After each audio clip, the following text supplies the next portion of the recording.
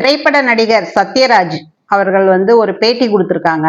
அந்த பேட்டியில முதலமைச்சர், தமிழ்நாட்டின் முதலமைச்சர் மு.க. ஸ்டாலின் அவர்களை பாராட்டி பேசியிருக்காங்க.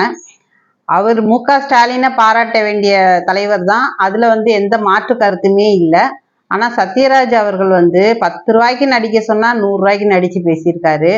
அதுல அவர் என்ன சொல்லியிருக்காரு அப்படின்னா, அதாவது தமிழ்நாட்டின் முதலமைச்சர் முத்துவேல் கருணாநிதி ஸ்டாலின் ஆகிய அவருக்கு முதுகெலும்புங்கிறது வெறும் எலும்பாலேயே ஆகல அப்படின்னு சொல்லி அவர் டாக்டராகி கண்டுபிடிச்சிருக்காரு. எதனால அப்படின்னா, அவர் மிசா டைம்ல, எமர்ஜென்சி டைம்ல மிசா டைம்ல ஜெயிலுக்கு போனாராம். பூட்ஸ் காலால மிதியெல்லாம் வாங்கினாராம்.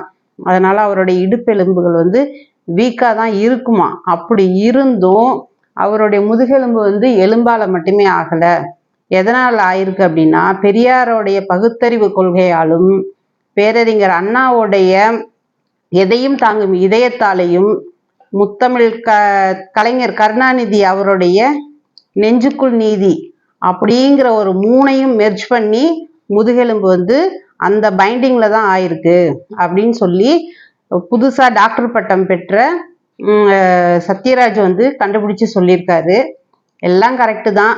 அவங்களாவது அரசியலுக்காக ஒரு சில கொள்கைகளை தூக்கி பிடிக்கிறாங்க, இறக்கி பிடிக்கிறாங்க. அது அவங்களுடைய அரசியல்.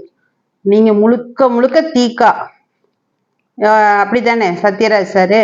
அப்படி இருக்கும்போது உங்களோட பையனோட திருமணத்தை அழகா சீரும் சிறப்புமா இந்து முறைப்படி அழகா மேலதாளத்தோட நடத்தியிருக்கீங்களே.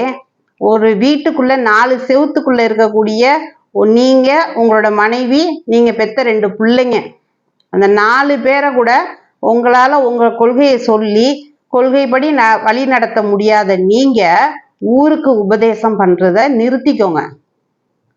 அதாவது காசுக்கு கூவுங்க, ஒரு அளவா கூவுங்க. ஓவரா கூவுறீங்க. அடுத்தவன் பொண்டாட்டி தாலியை அறுக்கணும்னுவீங்க. ஆனா உங்க வீட்டுல நல்ல அழகா மேலத்தாளத்தோட திருமணம் பண்ணுவீங்க. இப்போ உங்க பொண்ணு திமுகல உங்க பொண்ணுக்கு ஒரு பொறுப்பு கொடுத்துருக்காங்க. அதனால முதலமைச்சருக்கு கை தூக்கி பேசிட்டு இருக்கீங்க. உங்க பையன் தாவேக்காக்கு போறாராமே, அப்போ விஜய்க்கு என்ன பேசுவீங்க? பொறுத்திருந்து பார்ப்போம்.